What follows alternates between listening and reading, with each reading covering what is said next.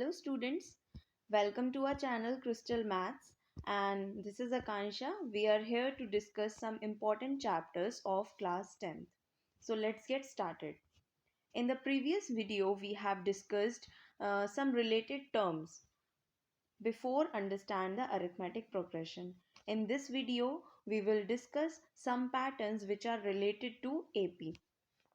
So students nature में काफ़ी सारी चीज़ें हैं जो पैटर्न शो करती हैं राइट उन्हें देखते ही हमें काफ़ी अट्रैक्टिव भी फील होता है जैसे कि फ्लावर्स का पैटर्न बी हाइव का पैटर्न या फिर किसी भी डिज़ाइन में आपको पैटर्न देखने को मिल जाता है पैटर्न देखते ही हमें वो अट्रैक्टिव लगते हैं या फिर हमारा ध्यान एक तरह से वो खींचने लगते हैं तो अब ऐसे ही कुछ डेली लाइफ एग्जाम्पल्स की आज हम बात करेंगे जो एक पैटर्न फॉलो कर रही होती हैं राइट बट वो हम कम्युनिकेशन में यूज़ करते हैं so let's take an example one Reena एक जॉब के लिए अप्लाई करती है और वहाँ सिलेक्ट हो जाती है उसको जो जॉब ऑफर हुई है उसकी स्टार्टिंग सैलरी है 8,000 और उसको बोला गया है कि उसका एनुअल इंक्रीमेंट हुआ करेगा 500 रुपये से राइट यानी कि हर साल उसकी सैलरी में 500 रुपीज़ का इंक्रीमेंट होगा इंक्रीमेंट यानी कि बढ़ेगी सैलरी उसकी तो आप देखें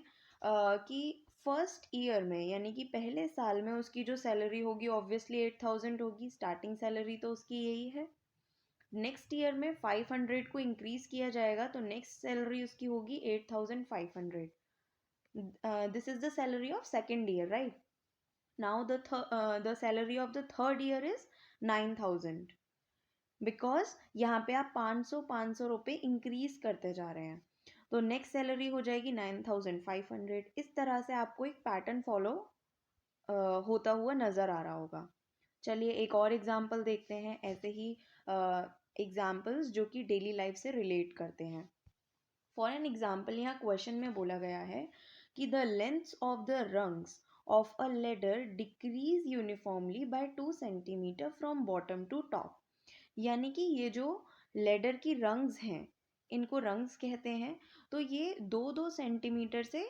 घटती जा रही हैं अगर आप बॉटम से टॉप की ओर ऊपर की तरफ चलते हैं ठीक है इन्हें रंग्स कहा जाता है ओके द बॉटम रंग is 45 centimetre in length question में बोला गया है क्वेश्चन ना कह के ये एक एग्जाम्पल है तो एग्जाम्पल कहना ठीक रहेगा एग्जाम्पल में बोला गया कि जो बॉटम रंग है वो 45 सेंटीमीटर है ठीक है तो आप हमें लेंथ बता दीजिए फर्स्ट से लेके 8th रंग तक की तो स्टूडेंट चलिए कॉपी और पेन हाथ में लीजिए और बताइए कि इसकी लेंथ क्या होंगी ठीक है सबसे फर्स्ट जो पहले वाली जो रंग होगी उसकी लेंथ होगी 45 ये तो एग्जाम्पल में बताया गया है नेक्स्ट जो रंग होगी वो 2 सेंटीमीटर उससे कम होगी तो 41 ठीक है 41 में से फिर 2 माइनस कर दीजिए यानी कि 39 ठीक है 39 में से फिर 2 माइनस कर देंगे 37 then 35 then it will be 33 then it will be 31 and then it will be 29 इस तरह से आपकी 8 रंग्स की लेंथ लिख ली हमने ओके सो ये एक एग्जाम्पल हुआ नेक्स्ट एग्जाम्पल पे चलते हैं यहाँ पे बोला गया है कि Shakila puts 100 rupee into her daughter's money bank Shakila अपनी बेटी के मनी बैंक में 100 रुपये डालती है when she was 1 years old जब उसकी बेटी 1 साल की थी and increased the amount by 50 rupee every year और ये जो अमाउंट है हर साल वो 50 रुपये बढ़ाती चलती है ठीक है तो फिर आप बताइए पहले साल में तो वो उसके पिगी बैंक में या मनी बैंक में 100 रुपीज़ डालेगी नेक्स्ट ईयर में वो 50 रुपये बढ़ा देगी यानी कि 150 रुपीज़ डालेगी उसके बाद फिर से 50 बढ़ा देगी यानी कि अब 200 डालेगी और उसके बाद फिर से 50 बढ़ा देगी 250 and up to so on क्योंकि हमें नहीं पता ये वो कब तक करने वाली है ठीक है तो ये चलता रहेगा अब स्टूडेंट्स एक बात देखिए तीनों एग्जाम्पल्स में हमने ये देखा कि एक फिक्स्ड अमाउंट जो है वो बढ़ती जा रही है और इस तरह से एक पैटर्न फॉलो हो रहा है जो कि बहुत अच्छे से ऑब्जर्व भी हो रहा है हम लोगों को है ना जैसे कि यहाँ पे 500 इंक्रीज होता चल रहा है हमें बहुत अच्छे से समझ में आ रहा है कि 8,500 में 500 इंक्रीज हुआ तो 9,000 आ गया उसके बाद फिर से यहाँ पे 5000 इंक्रीज हुआ, तो यहाँ पे आपको इंक्रीमेंट देखने को मिल रहा है, राइट। नाउ इन एग्जाम्पल 3 आपको यहाँ पर भी 50 रुपीज़ का इंक्रीमेंट देखने को मिल रहा है, या फिर आप कह सकते हैं कि +50 एक फिक्स्ड नंबर है जो कि यहाँ पे आपको देखने को मिल रहा है हर एक सीक्वेंस के अंदर, और ये चलता जाएगा, ठीक है। अब बहुत सारे स्टूडेंट सोच रहे होंगे कि एग्जाम्पल 1 और 3 तो ठीक है, वहाँ पे तो इंक्रीमेंट हो रहा है, लेकिन एग्जाम 2 में हमें जो पैटर्न नज़र आ रहा है वो तो डिक्रीमेंट का नज़र आ रहा है, यानी कि यहाँ तो हमें चीज़ें डिक्रीज होती हुई नज़र आ रही हैं, ठीक है। तो मैं आपको कुछ याद दिलाना चाहूँगी, आपने प्रीवियस अपनी क्लासेस में इंटीजर्स पढ़ा होगा, ठीक है। तो चलिए ज़रा पहले इंटीजर्स को थोड़ा रिकॉल कर लेते हैं।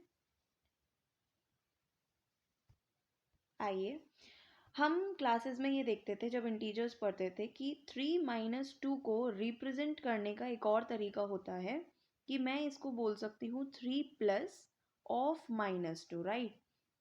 तो दो तरीके हैं, या तो आप कह लो कि 2 इज सब्ट्रैक्टेड फ्रॉम 3, इसको तो इसी तरह से कहा जाएगा कि 2 इज सब्ट्रैक्टेड फ्रॉम 3। लेकिन जब आप इंटीजर्स की दुनिया में आ जाते हैं तो आप कहते हैं कि -2 इज बीइंग एडेड टू 3, ठीक है। दो तरीके हैं, या तो आप कह लो कि 2 इज बीइंग सब्ट्रैक्टेड फ्रॉम 3, या फिर आप कह लो -2 इज बीइंग एडेड टू 3। तो यहाँ पर आपको दिखाई दे रहा है कि यहाँ पे 2 डिक्रीज हो रहा है, राइट। यहाँ पे भी 2 डिक्रीज हो रहा है, सब जगह पर 2 डिक्रीज हो रहा है, लेकिन हम ये नहीं कहेंगे क्योंकि हम तो होशियार हैं भाई। हम क्यों बोलें कि 2 सब्ट्रैक्ट हो रहा है, हम तो ये बोलेंगे कि यहाँ पर -2 एक्चुअली एड ऑन हो रहा है, क्योंकि हम लोगों ने इंटीजर्स पढ़ रखा है। सेम एज यहाँ पर भी -2 एड ऑन हो रहा है, क्योंकि बात तो सेम है ना, राइट। ठीक है, चला एक बार इसको लिख कर भी देख लेते हैं, जिससे कि जिन्हें ना समझ में आ रहा हो वो भी समझ लें। देखिए, जब मैंने कहा कि 45 में मैंने -2 ऐड ऑन किया तो 43 आया, तो मैं यहाँ पर इसको ऐसे लिख कर बताती हूँ कि 45 में मैंने ऐड ऑन किया -2 को, तो ऑब्वियसली 45 प्लस माइनस क्या होता है, माइनस होता है, तो -2 हो जाएगा, और इसी वजह से ये बन जाएगा 43, ठीक है। तो बेसिक जो बात यहाँ पर थी वो ये थी कि ये इस तरह की सीक्वेंसिंग है जहाँ पे कुछ ना कुछ ऐड ऑन हो रहा है। अब वो ऐड ऑन चाहे तो पॉजिटिव नंबर हो, चाहे वो एक नेगेटिव नंबर हो, लेकिन हर चीज़ यहाँ पर ऐड ऑन हो रही है और एक फिक्स्ड अमाउंट यहाँ पे ऐड ऑन हो रही है। चलिए तो फिर आगे बढ़ते हैं ज़रा। यहाँ क्या लिखा है कि an AP is a list of numbers in which each term is obtained by adding a fixed number to the preceding term। कहने का मतलब है कि ऐसे नंबर्स या ऐसे नंबर्स की लिस्ट जिसमें हर एक नंबर कोई एक फिक्स्ड नंबर को ऐड करने पे बढ़ता चला जाए, ठीक है। प्रीसीडिंग का मतलब होता है आप ऑब्वियसली पीछे के नंबर में ऐड करोगे ना, तो प्रीसीडिंग मतलब होता है पीछे वाला नंबर, उसमें जब आप फिक्स्ड नंबर ऐड ऑन करते जाते हो तो वो एक एपी बन जाती है। एक्सेप्ट फर्स्ट टर्म का मतलब है कि फर्स्ट टर्म को छोड़ के, क्योंकि फर्स्ट टर्म में आपने कुछ ऐड नहीं, मतलब फर्स्ट टर्म जो है वो आपको कुछ ऐड करने पे तो नहीं मिला था ना, वो तो डायरेक्टली आपको मिल गया, उसके बाद से आपने एडिशन शुरू किया है, इसीलिए यहाँ एक्सेप्ट फर्स्ट टर्म लिख दिया जाता है, ठीक है। एक एग्जाम्पल के थ्रू, तो एक सेकेंड, जो पीछे के एग्जाम्पल्स थे ना जितने भी 1 2 3 वाले, ये सभी एपी में काउंट हो जाएंगे, क्योंकि यहाँ पर हर एक सीक्वेंस में आपको एक फिक्स्ड नंबर ऐड ऑन होता हुआ दिख रहा है। यहाँ पर भी 500 ऐड ऑन हो रहा है, ठीक है, फिर यहाँ पर भी 500 ऐड ऑन हो रहा है, तो ये क्या हो रहा है, 9000 कब आपको मिला, जब आपने इसके प्रीसीडिंग टर्म में यानी कि 8500 में एक फिक्स्ड अमाउंट को मिलाया, तब आपको 9000 मिला। तो ये सभी जो एग्जाम्पल्स हैं ये एपी फॉर्म कर रहे हैं। यहाँ एक और एग्जाम्पल के थ्रू समझते हैं, जैसे कि ये है 3 3 3 3 and up to so on, यानी कि ये इनफाइनाइट है। तो यहाँ पे आप कहेंगे यहाँ कुछ भी ऐड ऑन नहीं हो रहा, तो कुछ भी ऐड ऑन नहीं हो रहा का मतलब है यहाँ पे ज़ीरो ऐड ऑन हो रहा है, ठीक है। ध्यान से देखेंगे यहाँ पर ज़ीरो ऐड ऑन हो रहा है, राइट। तो ये जो फिक्स्ड नंबर है जो कि हर एक सीक्वेंस में ऐड ऑन होता चल रहा है, या फिर कहें एपी वाले सीक्वेंसेस में ऐड ऑन होता चल रहा है, इसी फिक्स्ड नंबर को हम इसका कॉमन डिफरेंस कह देते हैं। ठीक है, यानी कि इस वाले सीक्वेंस का, ये जो 3 3 वाला सीक्वेंस है, इसका जो कॉमन डिफरेंस है ये 0 है, क्योंकि यहाँ पे 0 एड ऑन हो रहा है और फिक्स्ड नंबर को हम कॉमन डिफरेंस कह देते हैं। याद रखना कि कॉमन डिफरेंस पॉजिटिव भी हो सकता है, नेगेटिव भी हो सकता है और 0 भी हो सकता है। यहाँ पे बताया गया है कि भाई पॉजिटिव भी है, नेगेटिव भी है और 0 भी है। जैसे पहले वाले एग्जांपल्स में हमने देखा, कहीं कहीं तो पॉजिटिव टर्म ऐड हो रहा था बार बार, और कहीं कहीं नेगेटिव टर्म ऐड हो रहा था, और यहाँ पे जो देख रहे हैं वहाँ तो 0 ही ऐड ऑन हो रहा है। तो कॉमन डिफरेंस कुछ भी हो सकता है। चलिए आगे बढ़ते हैं, कुछ ऐसे ही और एग्जाम्पल्स को देखते हैं और समझते हैं। उससे पहले मैं आपको ज़रा प्रीवियस वीडियो की बात याद दिलाना चाहूँगी, जहाँ पे मैंने आपको ये बताया था कि सीक्वेंस या सी हर एक नंबर को हम टर्म कहते हैं। राइट, मैंने बोला था हम एलिमेंट्स, नंबर्स ये यूज़ नहीं करते, हम बोलते हैं डायरेक्ट इसको टर्म। ठीक है, और हर एक टर्म को ए से रिप्रेजेंट किया जाता है।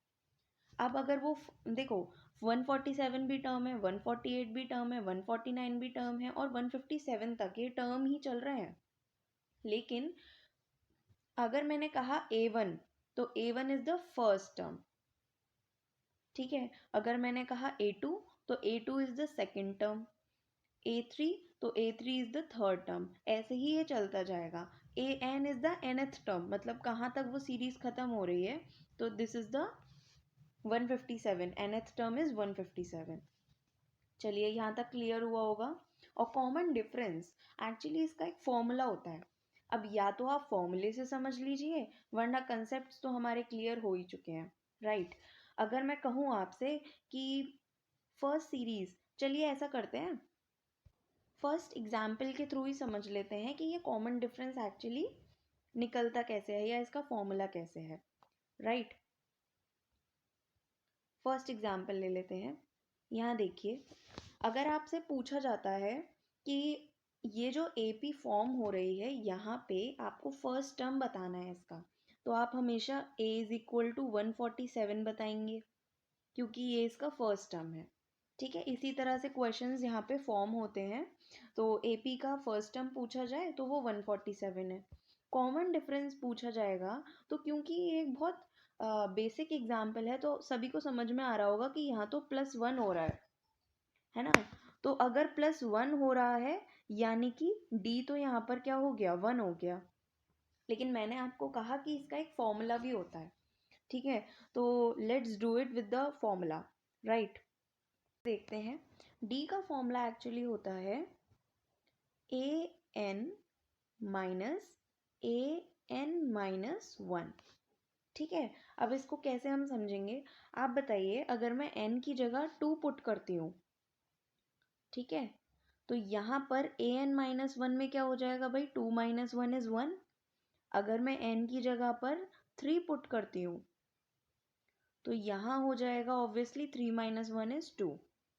अब देखिए, व्हाट इज A2, यहाँ पर आप देख पा रहे हो A2 is the second term, तो सेकेंड टर्म होता है 148, यानी कि यहाँ पर मैं लिखूंगी, सॉरी, यहाँ पर मैं लिखूंगी 148 माइनस, अब बोल रहे हैं what is the first term, first term है 147, तो यहाँ पर लिखा जाएगा 147। इन दोनों को माइनस करेंगे तो ऑब्वियसली हमारा +1 आ रहा है, that is the common difference. अब चलिए, कुछ स्टूडेंट्स कहेंगे नहीं, हमें तो दूसरे फॉर्मूले से बताओ, A3 - A2, क्योंकि n की जगह पर तो कुछ भी पुट किया जा सकता है। तो A3 क्या है यहाँ पर, the third term, that is 149। Right, and what is A2, A2 is the second term, that is 148। और इनको डिफरेंस लेने पर इसका भी क्या आ रहा है भाई, 1 ही आ रहा है। तो ये है कॉमन डिफरेंस का फॉर्मूला। यानी कि आपको बेसिकली करना क्या है कि आपको कोई भी टर्म लेना है और उसके पीछे वाले टर्म से इसे माइनस कर देना है। ठीक है, कोई भी टर्म लेना है, मान लीजिए 149, तो उसके पीछे वाले टर्म से उसे माइनस कर दिया। ये कॉमन डिफरेंस का बेसिक फॉर्मूला है। चलिए एक और एग्जाम्पल के थ्रू समझ लेते हैं इस चीज़ को। नेक्स्ट एग्जाम्पल देखते हैं, -3.1 -3.0, इस तरह से आपकी एक फाइनाइट एपी बन रही है। फाइनाइट का मतलब होता है जहाँ पे काउंटिंग की जा सकती है, ठीक है, वो इनफाइनाइट नहीं है, ये फाइनाइट है। ए भी फाइनाइट थी और बी भी फाइनाइट एपी है। तो देखते हैं यहाँ पर ऑब्वियसली आपका ए जो है वो -3.1 है क्योंकि ये फर्स्ट टर्म है। अब डी निकालने के लिए हमने फॉर्मूला देखा हुआ है कि ए एन, यहाँ लिख देती हूँ डी का formula, A N minus A N minus 1, ठीक है। अब चलिए कोई भी टर्म ले लेते हैं, A4 ले लेते हैं हम, n की जगह पर 4 पुट करते हैं और यहाँ पर जब n-1 4-1 करेंगे तो ये हो जाएगा ऑब्वियसली A3। अब खुद देखिए A4 टर्म कौन सा है भाई, ये फर्स्ट टर्म है, second third, this is the fourth term. आप काउंट करें शुरू से तो first second third and fourth, and this is the third term -2.9।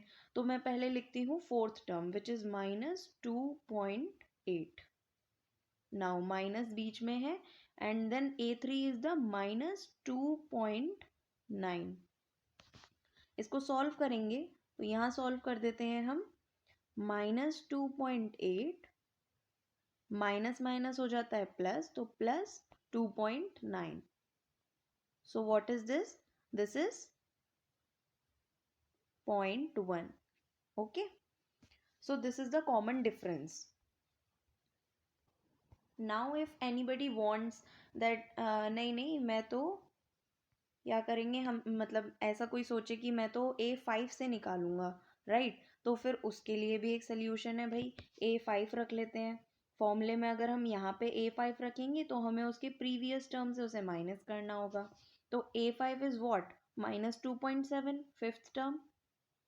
Then what is A4, so A4 is -2.8, ठीक है। तो यहाँ क्या हुआ, -2.7 plus 2.8, so this is again 0.1, it's not negative, it's positive, plus 0.1 यहाँ पर प्लस हो रहा है, ये बात का याद रखो क्योंकि कॉमन डिफरेंस नेगेटिव भी आ सकता था, पॉजिटिव भी और जीरो भी आ सकता था।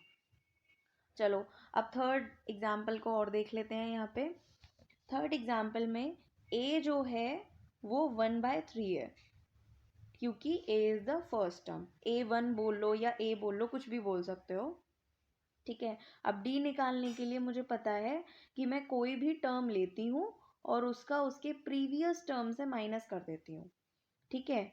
तो यहाँ पर क्या होगा भाई, 5/3 आपका A2 है, A2 में से आपको माइनस करना पड़ रहा है A1, ठीक है, क्योंकि फॉर्मूला यही कहता है कि AN माइनस AN-1, ठीक है। तो A2 जो हुआ वो हुआ 5/3 और जो A1 है दैट इज 1/3।